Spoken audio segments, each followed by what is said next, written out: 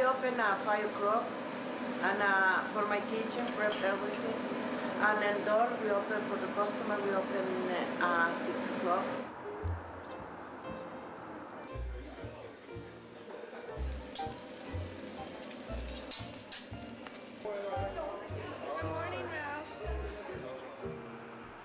We're not sure where the name B&B came from.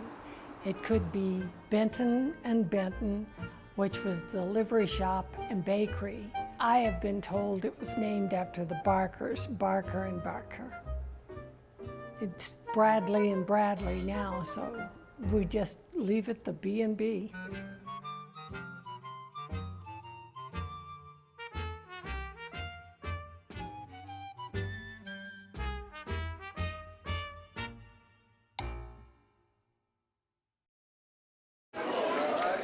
I'm making 62 shakes for a school group. School groups come in and we give them a historical talk, tell them about the B&B, give them a shake, and they're happy. The B is owned by Angie and myself. Met my first husband here, met my second husband here. My brother got married here. All my nephews have worked here. My son works here now. We have 3 generations of family working here right now, which is kind of wonderful. And one of the things I've tried to do is make the B be like it used to be, a small town cafe, and be friendly to people when they come in the door. I come here probably twice a week. Well, I'm probably here a couple of times a week. We usually bring the family in on the weekend once. We've been going here maybe about 6 years. Every day for breakfast on my way to work. 55 years I've been here. Is that a long enough? Well, that's a good amount. So people get comfortable and they get the feeling at home. So it's kind of like home, in a way. Second home, yes. You'd be amazed at some of the stories you hear told. Well, there's several different groups depending upon the time of morning. I come in around 8 o'clock. There's usually about 6 or 7 of us at the table. Anything that's going on in our neck of the woods, you can usually find out about it in here if you'll just sit still and listen. I have 2 round tables in here. They're usually pretty well filled.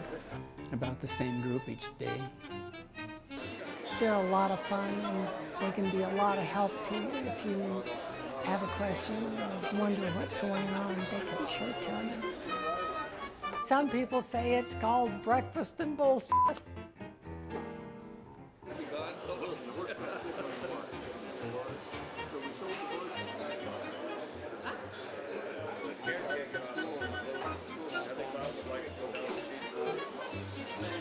Just got to come down here every morning and see what's happened. If you want to know what's going on in Castle Rock, where the bees the place. Yep. Like I didn't come in this weekend, I was gone. They think you're dead if you don't come in and get a cup of coffee. So, gotta be careful.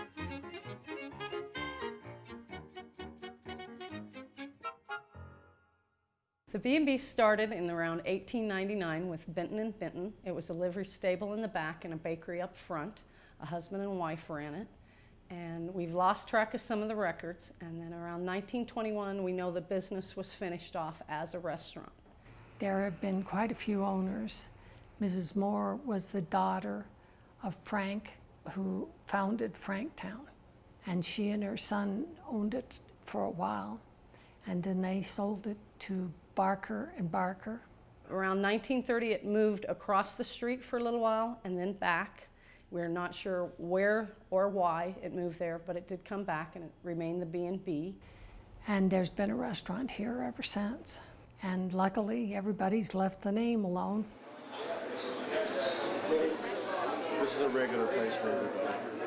So, like I say, it's established. It's part of the scene in Castle Rock, I guess you'd say.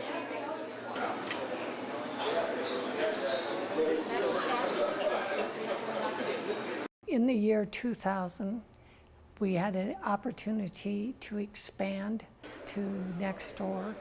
Almost 80 years, the B&B had been a smoking establishment only. Now we have a total non-smoking side with its separate ventilation and everything. That was the first really big change in 80 years in the restaurant. We stripped it down and brought it all back to the original brick, up to the tin ceiling. And that's when we learned about Mr. Miller's meat market being there. We had a meat market next door. He had a slaughterhouse out on Lake Gulch Road. He did some of his own butchering and brought it in, had a walk-in cooler here. Mr. Miller gathered up a lot of the ranchers and the old-time families and had them invest and started the Bank of Douglas County, because for years there was no bank out here, and anything you wanted you had to go into Denver to a exchange bank and so forth. And Mr. Miller started the Bank of Douglas County, and he helped more people succeed in business than you can imagine, including me. Mr. Miller left great assets to Douglas County. The meat market has joined the B&B, and way back when Mr. Miller had the meat market there, the B&B was buying their meat from him anyway.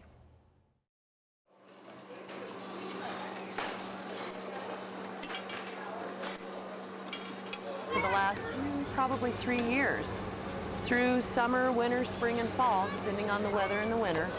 We have groups of children anywhere from 30 to 60, and their teachers and sometimes their families come down, and we provide them with a shake and a little bit of history about the B&B, the town of Castle Rock, certain aspects of the town and what it means to be a community.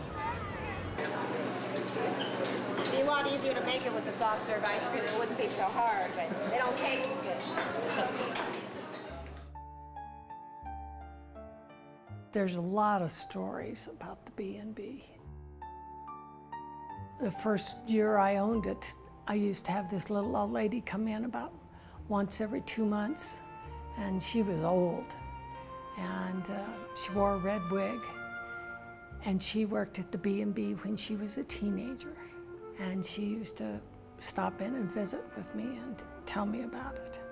This town and its history is very important to us in the community. So we try to keep that involved in the B&B as much as we can. We've acquired a lot of photos on our wall. A lot of them are historic. A lot of them our customers have sent us or brought us in from times they were through. One article is about when a gentleman let all the cattle loose on the courthouse lawn because he didn't like one of the rules that they had laid about cattle. We have some photos of the star lighting, old courthouses that have been moved, things like that.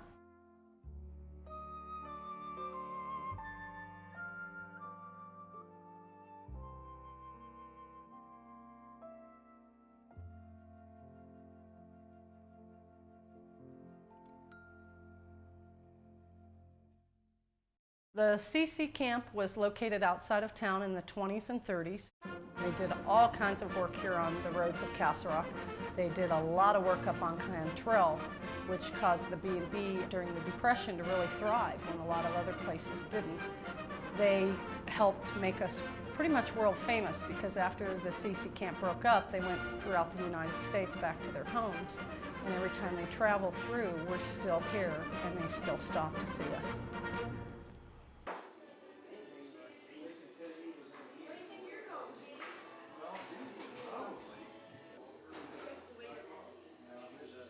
The back bar is brought down from Leadville in 1930s, we believe. There's no concrete history on it.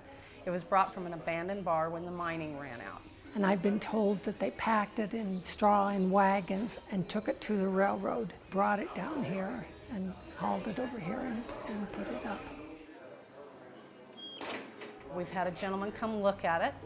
By the dyeing technique and a few other things, he realized it had come from Italy and had been shipped over to Leadville. Because of the dyeing techniques, you could tell it was made around the 1860s sometime. The top is all onyx, the bottom is carnival glass, and it's the old refrigeration system.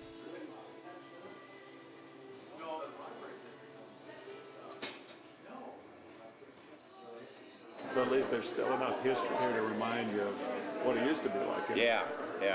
Well, especially in here, you got pictures of it on the wall of what it was. So it's nice. A lot of history in the walls and the ceiling. The bullet hole up there? In 1946, we had a marshal shot and killed in here, Ray Lewis. They used to call him Chili. And everybody in town knew him. He didn't carry a gun. Marshals, most of them didn't carry guns back then. He was shot and killed by a wanted man, a young man named Perez, who was 18 years old. And he had shot 2 policemen in Denver, and they'd been looking for him for a couple days. He came in here to get some burgers, and the customers and waitresses recognized him and went across and got chili, and some of them hidden back down in the old root cellar.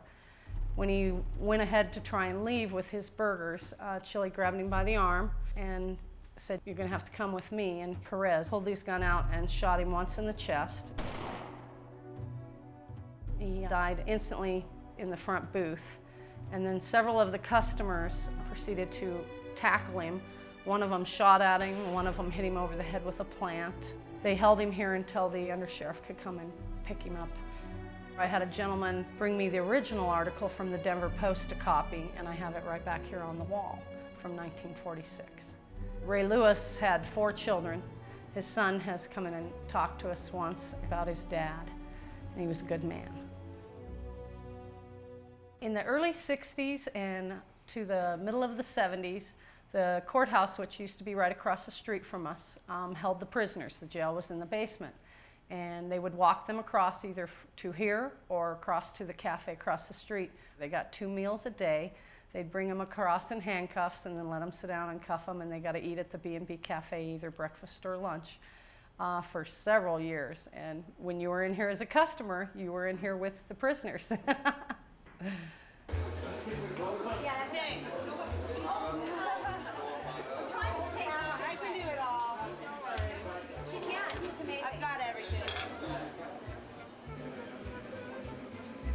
Typical day at the B&B, the cooks arrive here about 4:30 in the morning. They start the ovens, things like that. One of the things food-wise that have changed is when we opened, we sold very little green chili or Mexican food. Now we go through 35 gallons of green chili a week. It's our #1 seller.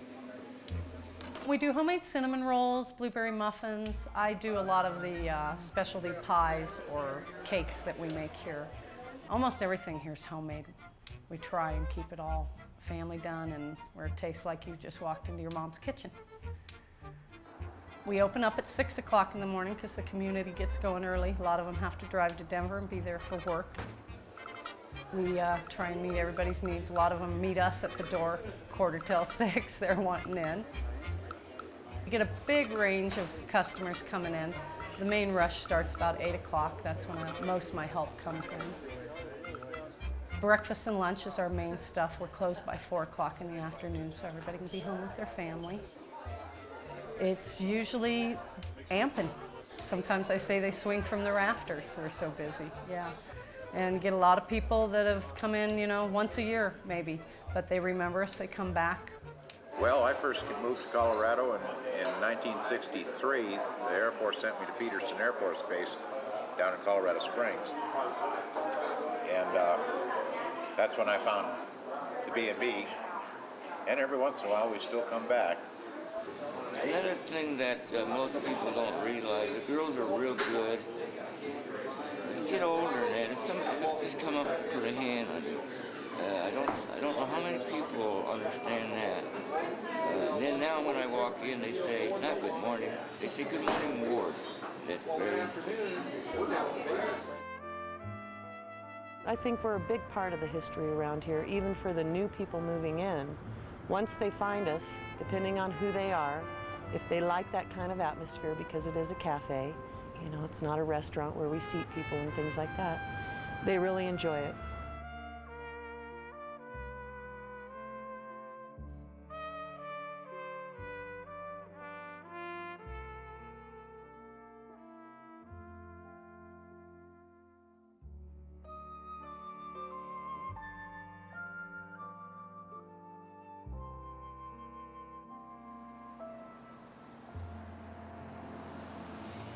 Now what you guys are gonna do is grab your shake.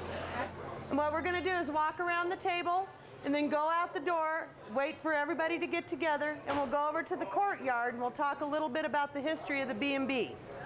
Okay? So as you grab your shake, don't forget to look at this bullet hole back here. All right, you ready? One at a time, guys. Come on, buddy. Go around the table and head out. Don't forget to look.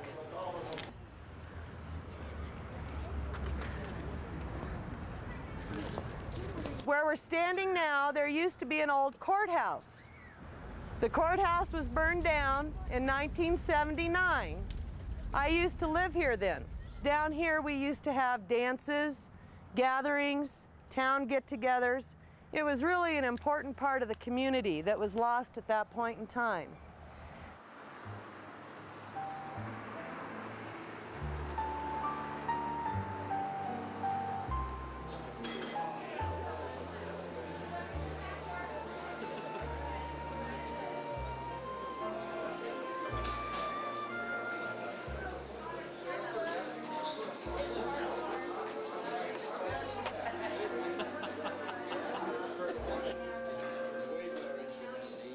I want to thank you all for coming down and having shakes and listening to a little bit of our history.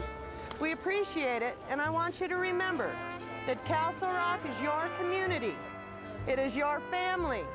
It is a place that you can raise your own children someday. It is a place that as long as you take care of it, you look out for it, it will stay a community and it will stay a family for the rest of your lives. Remember, your neighbors, your friends, they are all a family. All of us are one. I hope that someday as you get older, you will bring your children down here and visit the B&B Cafe. Bless you and thank you. You all have a great day.